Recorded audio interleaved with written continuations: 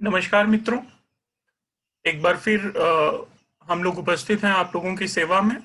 जैसा कि पिछली बार हमारा वादा था कि हम लोग जो श्रृंखला चला रहे हैं कि वे तमाम कोठे की फनकारा जो अपने समय की मशहूर और जानी मानी हस्तियां रहीं, संगीत को लेकर, अपनी फन को लेके, अपनी कला को लेके, उसमें से जो बहुत नामचीन तवायफें रहीं, जो इतिहास के पन्नों में बिखरी हुई हैं, उनसे संबंधित जानकारियां, तो उसके एक एक सिरे को पकड़कर उन्हें जोड़ना और उसकी एक मुकम्मल तस्वीर आप लोगों के बीच प्रस्तुत करने की कोशिश हमने की। और उसी श्रृंखला में मैं अपनी सहयोगी प्राध्यापक डॉक्टर उषा आलोक दुबे के साथ आज फिर एक बार आप लोगों के बीच हाजिर हूं। और आज हम लोग बात करेंगे जद्दन बाई के बारे में। जद्दन बाई हसरतों परवाजों की दास्तां। आप सभी जानते हैं जद्दन बाई जो है मशहूर हिंदी फिल्म की तारिका नरगिस की माताजी थी। और नरगिस के जो बेटे थे संजय दत्त, वो हम सभी के बीच हैं और हिंदी फिल्मी दुनिया की एक जानी मानी हस्ती हैं, एक बहुत ही सफल फिल्मी नायक हैं। तो ये एक तरह से उनके परिवार की भी कहानी हो जाती है, इसलिए बहुत सारी चीजें गलत सही तरीके से इस तरह से इंटरनेट की दुनिया पे छाई हुई है कि उन सब के बीच से एक छानना जिसे कहते हैं कि उन सारी चीजों को छान कर जो बुनियादी और ठोस चीजें हैं, खासतौर पे जद्दन बाई के बारे में, वो हम लोग आपके बीच रख सकें। तो जद्दन बाई पे काम करते हुए ये हमें बराबर लगा कि जब भी हम जद्दन बाई के बारे में काम कर रहे हैं, हम नरगिस के बारे में काम नहीं कर रहे हैं। हम जद्दन बाई की माँ दलीपा बाई के बारे में काम नहीं कर रहे हैं। हम संजय दत्त के बारे में काम नहीं कर रहे हैं। हमारा पूरा फोकस जद्दन बाई के बारे में है। तो शुरू करते हैं जद्दन बाई हसरतों परवाजों की दास्तां। मैं डॉक्टर मनीष कुमार मिश्र और मेरे साथ इस शोध कार्य में जुड़ी हैं डॉक्टर उषा आलोक दुबे। जद्दन बाई को लेके काम करते समय जो सबसे बड़ी परेशानी हमने महसूस की, वो उनके जन्म की तारीख को लेकर रही। अक्सर जो जन्म की तारीख उनकी बताई जाती है वो सन 1892 है।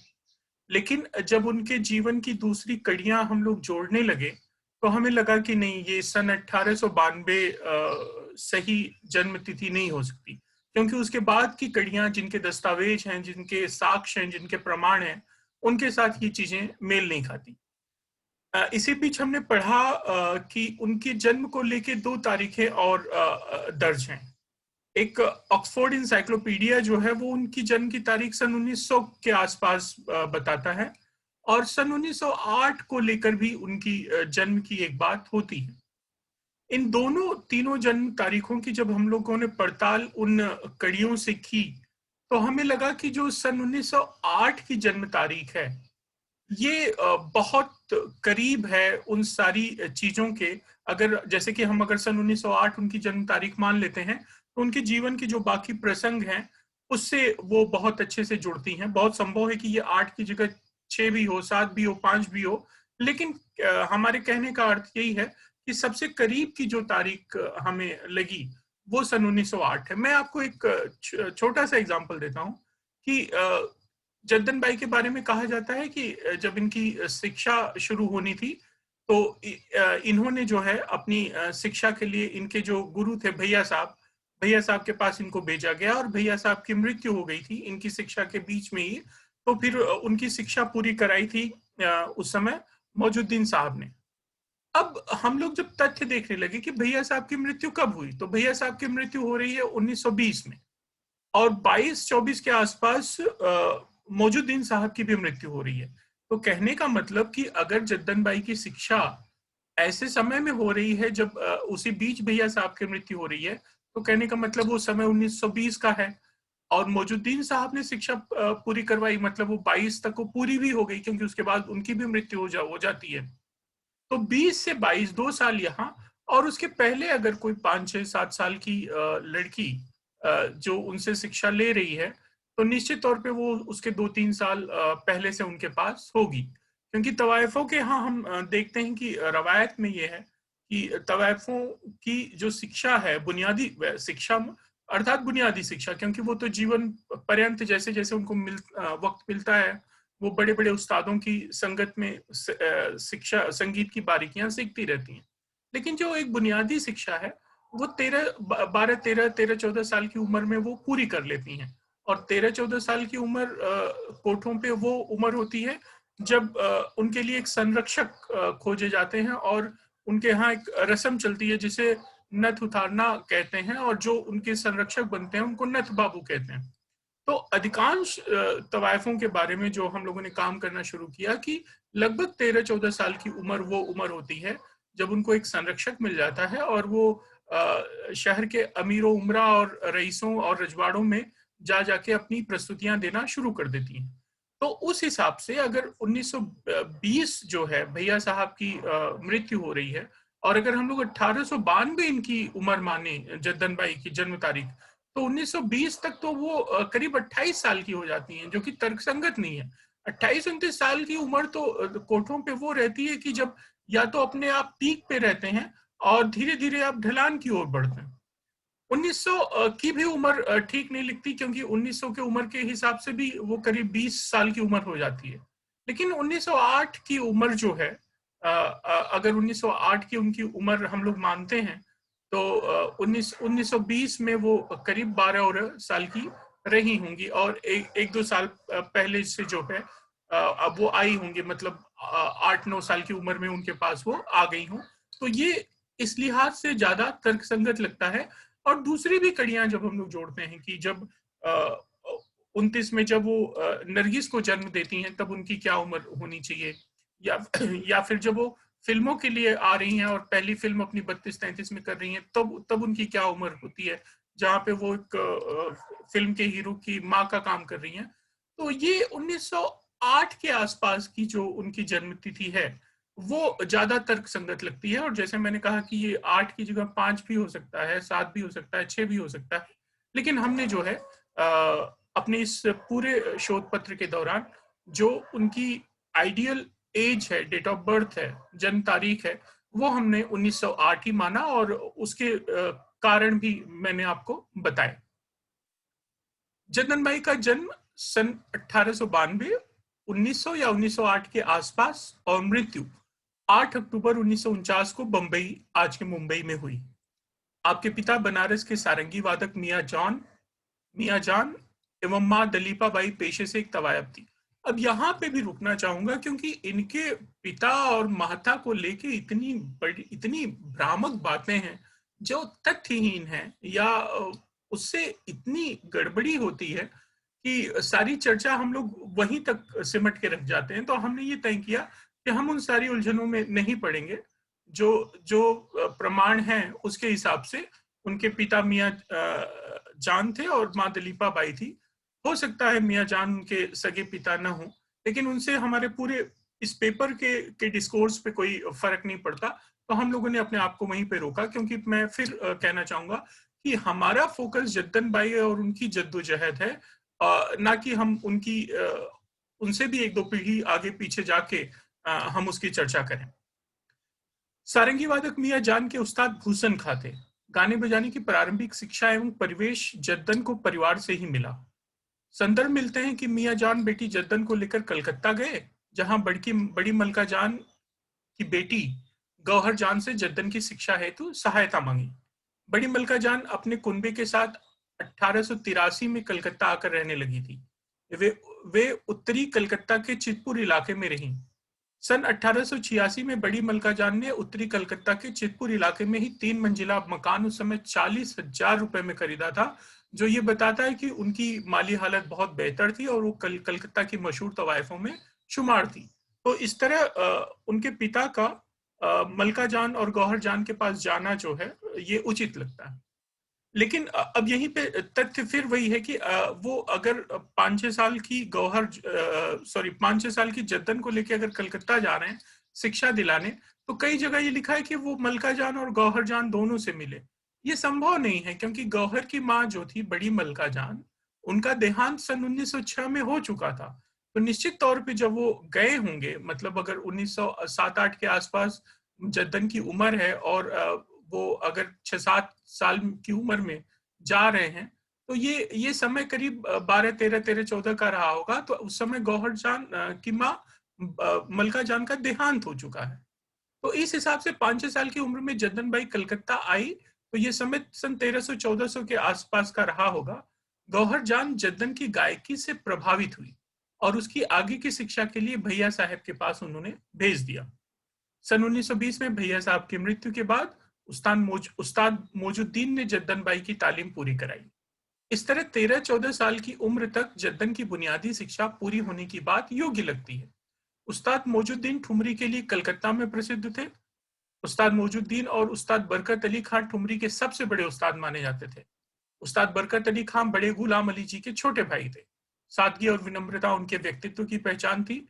श्रीमद गणपतराव भैया साहेब और श्यामल चेत्री मौजुद्दीन के उस्ताद माने जाते थे। बशीर खान हारमोनियम पर उन दिनों मौजुद्दीन का साथ देते थे। सितार वादक गुलाम हुसैन खान जो मौजुद्दीन के वालिद थे, ये वही पीढ़ी है। सन 1894 में यह परिवार पंजाब या लाहौर से आके बनारस बस गया था और मौजुद्दीन को यहाँ श्रुतिधर नाम से जाना जाता था। मौजुद्दीन की शिष्याओं में मलका जान अर्थात बड़ी मलका जान, जो कि गौहर की माता जी हैं। मलका जान, बड़ी मोतीबाई और बाद में जद्दन बाई का नाम जुड़ा। और तमाम कहानियां हैं कि मौजुद्दीन जो है बड़ी मलका जान को बहुत चाहते थे, लेकिन मलका जान और उस्ताद फैज खान के संबंध किसी से छुपे नहीं थे। बल्कि सब कहते हैं कि इसी रिश्ते को लेकर और अपनी हसरतों को बयां न कर पाने के कारण ही मौजुद्दीन बहुत शराब पीने लगे थे और इसी कारण बहुत ही कम उम्र में उनका देहांत भी हो गया।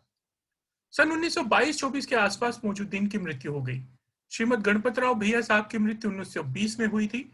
इस हिसाब से यदि जद्दन बाई भैया साहब से शिक्षा ग्रहण कर रही थी और उनकी मृत्यु के बाद उस्ताद मौजुद्दीन द्वारा जद्दन की शिक्षा को पूर्ण कराने की बात को सच मान लिया जाए, तो यह समय 1918 से 22 के आसपास का होना चाहिए। लेकिन जद्दन का जन्म वर्ष यदि 1982 था, तो 1918 में उनकी उम्र 26 साल बनती है, जो कि तवायफों की शिक्षा के लिए शिक्षा लेने की उम्र नहीं थी। 14-15 साल की उम्र तक बुनियादी शिक्षा पूरी हो जाती थी और उन्हें कोई संरक्षक भी मिल जाता था। जद्दन बाई की एक जन्म तारीख 1908 भी बताई जाती है। स्थिति के हिसाब से 1918 में जद्दन की उम्र 10 साल की बनती है। सन 1929 में फातिमा के जन्म फातिमा था जो आगे नरगिस कहलाई। सन 1929 में फातिमा के जन्म के समय जद्दन की उम्र 21 साल होती है। सन 1933 में पहली फिल्म के समय उनकी उम्र 25 वर्ष होती है और मृत्यु के समय 1949 में उनकी उम्र 41-42 वर्ष की होती है। द ऑक्सफोर्ड इंसाइक्लोपीडिया भी उनकी जन्म 1900 बताता है। उनके जीवन की इन तमाम कड़ियों एवं उपलब्ध साक्ष्यों को आधार मानकर हमें ये लगता है कि जद्दन बाई का जन्म वर्ष सन 1892 तो हो ही नहीं सकता। सन 1908 के आसपास का कोई समय रहा होगा। ये जैसा कि हम कह रहे हैं कि ये 1905 भी हो सकता है, 6 भी हो सकता है, 7 भी हो सकता है। ये 3-4 साल का मतलब 1905 से 1907-8 के बीच का समय होना चाहिए। तो वही तारीख मेरे हिसाब से मानना उचित होगा। ठुमरी की विधिवत शिक्षा लेने के बाद जद्दन बाई सन 1921-22 के आसपास बनारस वापस आ जाती हैं। इस समय जद्दन की उम्र 13-14 साल की रही होगी। तब तवायफों के यहाँ नथ बाबू की तलाश होने लगती है। बनारस के दाल मंडी इलाके में चौक फौहारे के आसपास ही जद्दन की कोठी थी। ठुमरी गायिका के रूप में मशहूर होते ही जद्दन बाई बनारस के रईसों में चर्चा का केंद्र हो गई। यहीं के एक साड़ी व्यापारी बच्ची बाबू उनके संरक्षक भी बन गए। आगे चलकर इन्हीं से जद्दन बाई ने निकाह किया।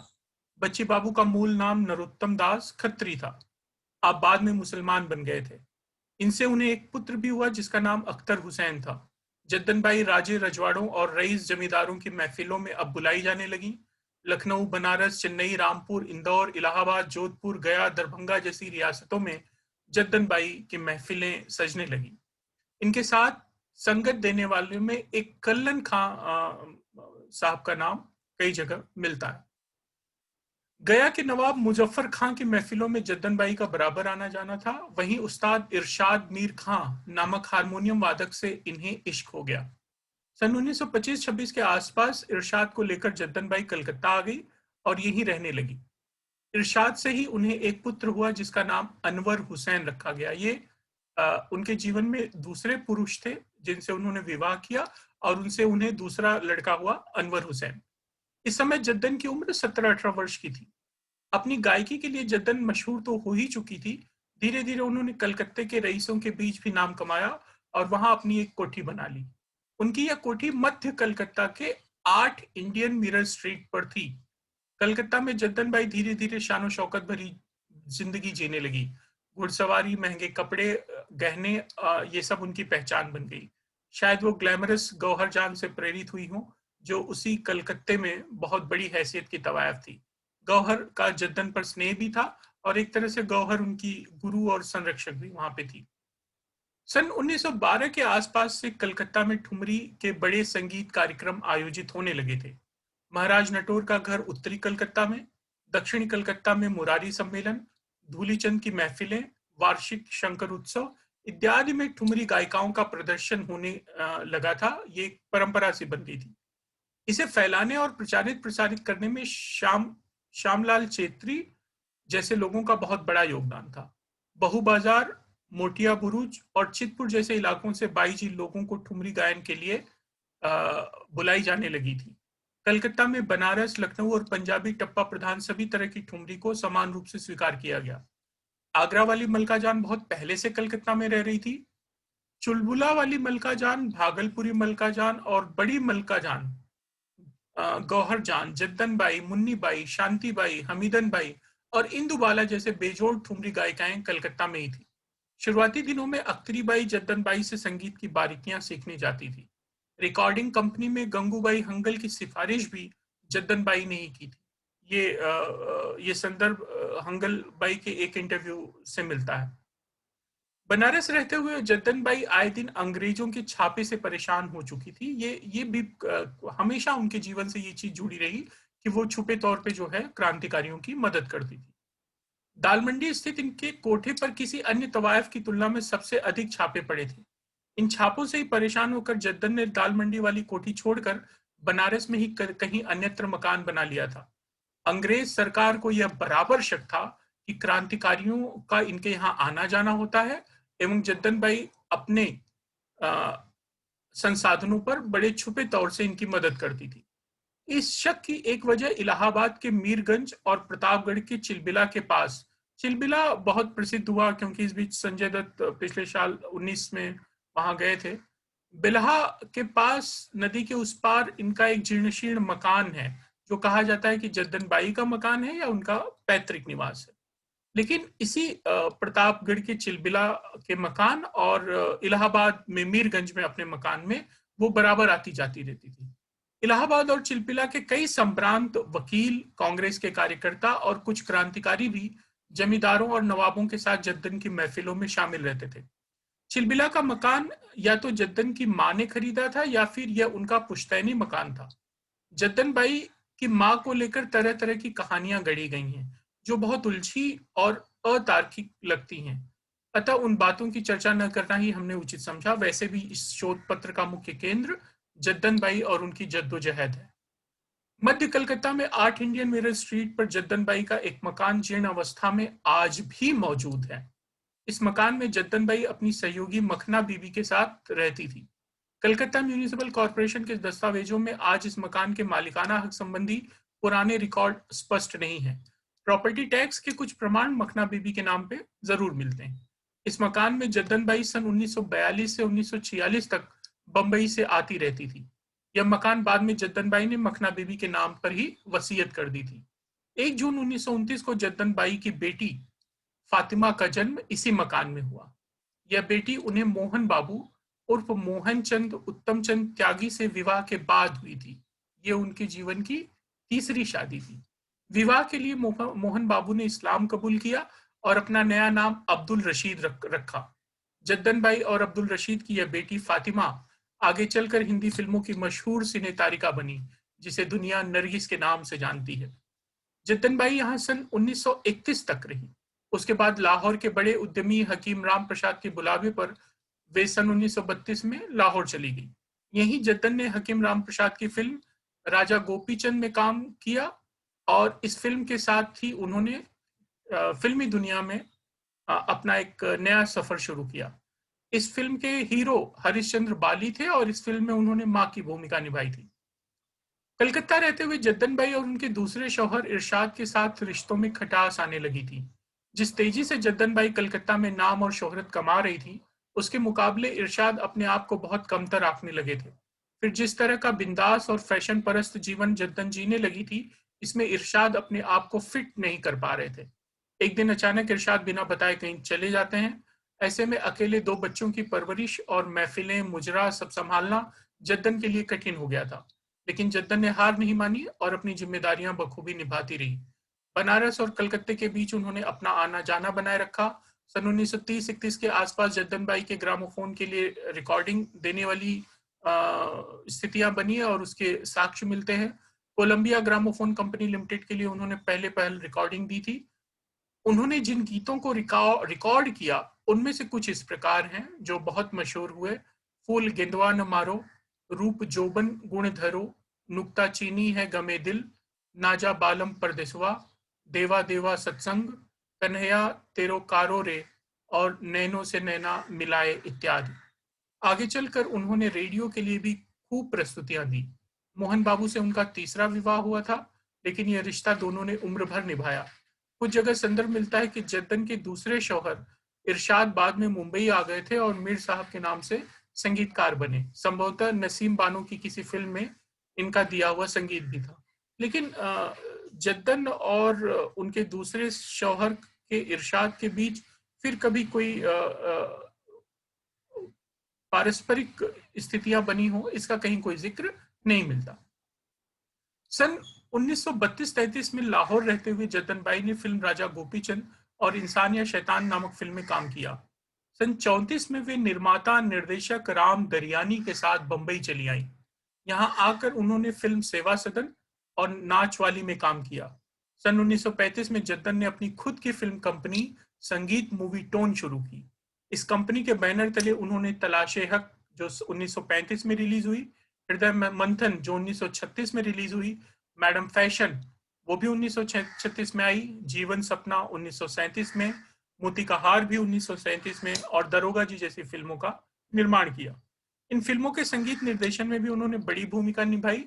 फिल्म तलाशे हक जो सन 1935 में आई, इसमें संगीत निर्देशन की वजह से उन्हें हिंदी फिल्मों की प्रथम महिला संगीत निर्देशक के रूप में भी माना गया है। हालांकि इरशाद सुल्ताना उर्फ बिब्बो सन 1934 में बनी फिल्म अदले जहांगीर के लिए संगीत निर्देशन का काम पहले ही कर चुकी थी। अर्थात ये क्रेडिट बिब्बो के नाम है या होना चाहिए, जद्दन बाई के नाम पे नहीं। बिब्बो की पहली फिल्म 1935 में बनी मायाजाल थी। इरशद सुल्ताना उर्फ बिब्बो का जन्म पुरानी दिल्ली के पास इशरताबाद में हुआ था और इनकी मां भी एक तवायफ थी जिनका नाम हफीजन बाई था। बिब्बो ने सन 1937 में बनी फिल्म कज़ाक की लड़की में भी संगीत निर्देशन किया था। हिंदी के प्रख्यात कथाकार मुंशी प्रेमचंद ने सन 1934 में द मील मजदूर नाम की जिस फिल्म की पटकथा लिखी, उसकी नायिका भी बिब्बो थी। प्रेमचंद की लिखी फिल्म द मील मजदूर मुंबई में 5 जून 1939 को इंपीरियल सिनेमा घर में लंबी लड़ाई के बाद रिलीज हुई थी। वैसे तो यह फिल्म सन 1934 में ही बनकर तैयार हो चुकी थी, लेकिन उस समय मुंबई के बीबीएफसी अर्थात Bombay board of film certificate ने इसे प्रदर्शित करने की अनुमति नहीं दी थी। उन्हें यह लगता था कि फिल्म मजदूरों को बरगला सकती है और वे हड़ताल पर जा सकते हैं। तत्कालीन सेंसर बोर्ड के सदस्य के रूप में शामिल बेराम जी जीजी भाई मुंबई मिल एसोसिएशन के अध्यक्ष थे। वे इस फिल्म को मिल एसोसिएशन के हितों के अनुकूल नहीं समझते थे। 1937 में जब बीबीएफसी का फिर से गठन हुआ और नए सदस्य चुने गए, तब जाकर इस फिल्म को प्रदर्शित करने का रास्ता साफ हुआ। यह फिल्म प्रेमचंद की मृत्यु के बाद प्रदर्शित हुई थी। हिंदी सिनेमा के शुरुआती दिनों में ऐसी बहुत सी तवायफें थी जिन्होंने फिल्म की दुनिया में कदम रखा और कामयाब रहीं। कई तवायफें रहीं जिन्होंने अपनी बेटियों को सफल अभिनेत्री के रूप में प्रतिष्ठा दिलाने में कोई कमी नहीं छोड़ी। दिल्ली की तवायफ शमशाद बेगम उर्फ छमिया बाई भी इसका एक मजबूत उदाहरण है। अपनी बेटी नसीम बानो को फिल्मी दुनिया में स्थापित करने में उन्होंने महत्वपूर्ण भूमिका निभाई। नसीम की पहली फिल्म खून का खून थी, जो सन 1936 में रिलीज हुई थी।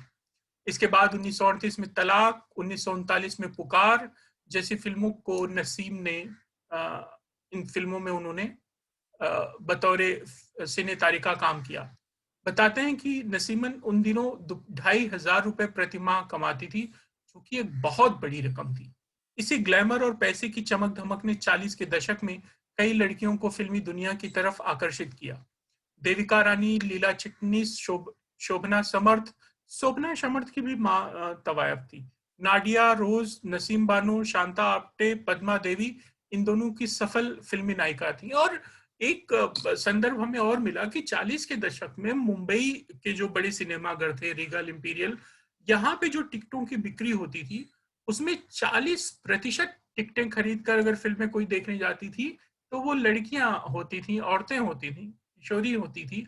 बाकी 20% में बच्चे और एडोलेंस उम्र के बच्चे होते थे, और फिर पुरुष होते थे। मतलब करीब 60%, 40% टिकटों पे, 40 से 50% टिकटों पे लड़कियों का कब्जा होता था। ये बात 40 के दशक की है, जो ये बताता है कि कितना क्रेज इन महिलाओं का उस समय की पीढ़ी पे था। जतन बाई भी फिल्मी दुनिया में अपनी एक जगह बनाने में कामयाब हो गई थी। बंबई के नरीमन पॉइंट पर उनका शानदार मकान था। ग्रामोफोन और ऑल इंडिया रेडियो के लिए उनकी रिकॉर्डिंग होने लगी थी। अपनी फिल्मों के फ्लॉप होने और कंपनी के नुकसान के बावजूद वे मजबूती से डटी हुई थी। सन 1942 में आजादी की लड़ाई के लिए उन पर गुप्त रेडियो स्टेशन चलाने में क्रांतिकारियों की मदद का आरोप लगा था। अब देखिए, बनारस के दिनों से ही उन पे ये आरोप बराबर लगते रहे हैं कि वो क्रांतिकारियों की मदद से जुड़ी रही। अपनी बेटी फातिमा को एक कामयाब फिल्म अभिनेत्री के रूप में देखना उनका बहुत बड़ा सपना था। इसके लिए उनके प्रयास लगातार जारी थे। चाइल्ड आर्टिस्ट के रूप में फातिमा को अपनी ही फिल्म में वो प्रस्तुत कर चुकी थी। 6 साल की फातिमा ने तलाशे हक में अपना पहला काम एज ए चाइल्ड आर्टिस्ट किया था। मात्र 14 साल की उम्र में नरगिस को 1943 में महबूब खान की निर्देशित फिल्म तकदीर में काम करने का मौका मिला। और महबूब खान ही वो व्यक्ति थे जिन्होंने नरगिस को सुपरस्टार बनाने में कोई कसर नहीं छोड़ी। और फातिमा को जो नरगिस नाम मिला, ये भी महबूब खान का ही दिया हुआ। इसके बाद राज कपूर के साथ उनकी फिल्मी जोड़ी सिनेमा घरों के पर्दे पर दिखाई दी। राज कपूर के साथ नरगिस की जोड़ी सिने दर्शकों ने खूब पसंद किया। हालांकि बताते हैं कि जद्दन बाई को राज कपूर पसंद नहीं थे, खासतौर पे उनकी बेटी से उनका मिलना जुलना। लेकिन अब ये व्यावसायिक स्थितियां थी और उसमें वो बहुत कुछ न चाहते हुए भी उनको गम खाना पड़ रहा था। इस जोड़ी ने कई फिल्मों में एक साथ काम किया। सन 1940 से लेकर सन 1960 के दशक तक यह जोड़ी हिंदी सिनेमा की सबसे खूबसूरत और लोकप्रिय जोड़ियों में से एक थी। नरगिस की कामयाब फिल्मों में सन 1945 में बनी फिल्म हुमायूं, सन 1949 में बनी अंदाज और बरसात। बरसात की शूटिंग बहुत लंबी चली थी। सन 1950 में आई आधी रात और जान पहचान, सन 1951 में आवारा, सन 1952 में अंबर और अनहोनी, सन 1953 में पापी, सन 55 में श्री 420, सन 1956 में चोरी चोरी, सन 57 में परदेशी, मदर इंडिया, जो कि एक टर्निंग पॉइंट साबित हुई नरगिस के जीवन में, और सन 1958 में लाजवंती, 60 में काला बाजार, 64 में यादें और 67 में आई रात और दिन जैसी फिल्में यादगार फिल्में थीं नरगिस की। सन 1957 में फिल्म फेयर सर्वश्रेष्ठ अभिनेत्री पुरस्कार नरगिस को मिलता है फिल्म मदर इंडिया के लिए। सन 1958 में नरगिस को भारत सरकार द्वारा पद्मश्री सम्मान से भी नवाजा जाता है। जद्दन बाई ने अपनी बेटी फातिमा उर्फ नरगिस के लिए शायद यही सपना देखा होगा। संक्षेप में कहूं तो नरगिस अपनी मां की आकांक्षाओं का अनुवाद थी। नरगिस जद्दन बाई की वो फिल्म थी जिसने कामयाबी के सारे मकाम हासिल किए। नरगिस जद्दन बाई की जिद और जद्दोजहद का सबसे सुनहरा अध्याय थी। अपने आखिरी दिनों में नरगिस ने फिल्मों से दूर रहते हुए अपने पति सुनील दत्त के साथ कई तरह के सामाजिक कार्य किए। नरगिस एक बेटे जिनका नाम संजय दत्त और दो बेटियां नम्रता दत्त और प्रिया दत्त की मां थी। संजय दत्त आगे चलकर हिंदी फिल्मों के बड़े सुपरस्टार बने। हम सभी जानते हैं उनके बारे में। नरगिस राज्यसभा की सदस्य भी रही, लेकिन वो अपना कार्यकाल पूरा नहीं कर पाई थी। 3 मई 1981 को नरगिस की कैंसर से लड़ते हुए मृत्यु हो गई। इस तरह जीवन की हर लड़ाई को पूरी दृढ़ता से लड़ने वाली नरगिस की आवाज यहाँ पे खामोश हो गई। जद्दन बाई की मृत्यु बेटी नरगिस की फिल्म बरसात के निर्माण के दौरान ही 8 अप्रैल सन 1949 को कैंसर के कारण हुई थी। मतलब उन्होंने अपने जीवन में अपनी बेटी की सफलता के सारे मकाम नहीं देखे थे, लेकिन वो शायद इस बात को लेके संतुष्ट थी कि नरगिस उस ट्रैक पे थी जहां पे चल के उन्हें लगता था कि वो उनकी कामयाबी अब उनसे दूर नहीं है। जद्दन बाई ने अपनी अपनी कामना का जो नगर बसाया, उसका पोर पोर उनके श्रम का ऋणी है। उनके इस नगर की रानी बनी उनकी प्यारी बेटी नरगिस। उन्होंने एक उत्सवधर्मी जीवन जिया और संघर्षों के मेले में नाचती गाती रही। समय की नदी में जिंदगी की सांप सीढ़ी का जद्दन बाई ने खूब मजा लिया। जद्दन बाई की दास्तां हसरतों परवाजों की दास्तां है। जद्दन बाई इतिहास के पन्नों में दर्ज एक ऐसा नाम है जो लकीरों को लांघना और विपदाओं से जूझना हम सभी को सिखाता है। मित्रों, आपको हमारी ये प्रस्तुति कैसे लगी? आप हमें ज़रूर बताइएगा। जद्दन बाई पे काम करना थोड़ा दूभर और दुष्कर था, क्योंकि सारी कड़ियों को उनकी जन्म तिथियों के हिसाब से समझना थोड़ा मुश्किल था। और दूसरी चीज़ ये है कि जैसा मैंने कहा कि चूंकि अब जद्दन बाई और एक फनकारा के रूप में लोग कम समझना चाहते हैं, और संजय दत्त की नानी और नरगिस की माँ के रूप में देखना चाहते हैं, और ऐसे जीवन में जो ऐसी चीजें जो बहुत विवादास्पद हों, उनको हवा देने में भी लोगों को बड़ा आनंद आता है। लेकिन जैसा कि मैंने कहा कि हम एक फनकारा के रूप में और एक स्त्री के रूप में जो जद्दन बाई के जीवन की जद्दोजहद थी, उसको समझना चाह रहे थे। किस तरह से उन्होंने अपने आने वाली पीढ़ी को एक ऊंचा मकाम दिलाया, उसको समझना चाह रहे थे। इसलिए हमने उस तरफ जाना उचित नहीं समझा। और जद्दन बाई को लेके चीजें बहुत ज्यादा नहीं मिलती, बहुत कम सामग्री है। मुझे पूरा विश्वास है कि ये जो प्रस्तुति हम लोगों ने जद्दन बाई को लेकर दी है, वो आप लोगों को पसंद आएगी। और जो लोग भी जद्दन बाई से जुड़कर कुछ काम करना चाहते हैं, निश्चित तौर पे उनके लिए एक रास्ता या एक और व्यू पॉइंट तो जरूर हम लोग देने में सफल हुए होंगे। आप लोगों का एक बार पुनः बहुत बहुत धन्यवाद कि आपने हमें सुना। अगली बार हम लोग कोशिश करेंगे कि हम सिद्धेश्वरी बाई या राजेश्वरी बाई के ऊपर अपनी प्रस्तुति दें। तब तक के लिए नमस्कार।